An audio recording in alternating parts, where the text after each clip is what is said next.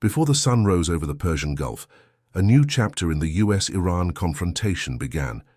Explosions were reported across southern Iran. Strategic locations near one of the world's most important energy routes were hit.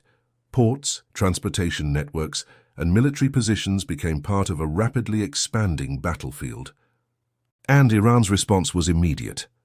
Tehran warned that if its infrastructure is targeted, the entire region could become a target. Now, the question is no longer just about Iran and the United States. The question is, could this conflict pull the entire Middle East into a much larger war? From the Strait of Hormuz to Gulf air defenses, from Iranian military bases to American positions across the region, every move now carries global consequences. This is the story of the strikes, the retaliation threats, and the dangerous moment facing the Middle East. Southern Iran has become the center of attention because this region is not just another part of the country. It is Iran's gateway to the world. Reports describe strikes hitting areas connected to transportation networks, including bridges, railways, airports, and military-related facilities. The locations are strategically important. Bandar Abbas is one of Iran's most important ports. It connects Iran's economy, military logistics, and naval operations to the Persian Gulf. Nearby Keshm Island sits close to the Strait of Hormuz, a narrow waterway that has enormous importance for global energy supplies. A disruption here would not only affect Iran, it could affect markets around the world. The Strait of Hormuz is one of the most critical maritime choke points on Earth. Every day, millions of barrels of oil pass through these waters. For decades, Iran has understood the strategic power of this location. The ability to threaten shipping routes gives Tehran influence far beyond its borders. But it also creates a dangerous situation.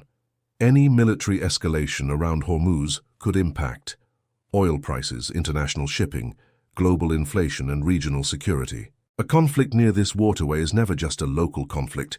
It becomes a global issue.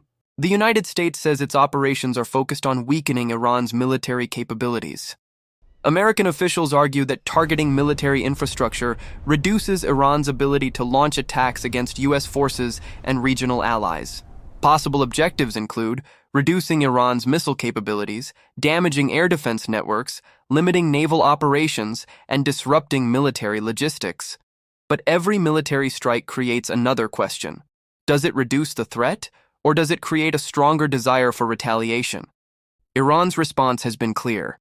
Officials warned of a policy they described as infrastructure for infrastructure. The message from Tehran is simple. If Iranian civilian or strategic infrastructure is attacked, other infrastructure in the region could become a target. This raises fears because the Middle East is filled with critical facilities: oil fields, ports, airports, energy networks, and military bases. A conflict targeting infrastructure could quickly become much harder to control. The effects of the confrontation are already spreading beyond Iran. Countries across the Gulf have increased security measures. Air defense systems have been placed on high alert. Missile interceptions have been reported. For Gulf nations, the challenge is complicated. Many have security partnerships with the United States, but they are also located close to Iran. A wider conflict could threaten their cities, economies, and energy infrastructure.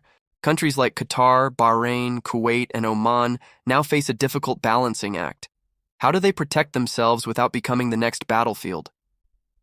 The biggest question now is escalation. A direct U.S.-Iran conflict could involve many other actors.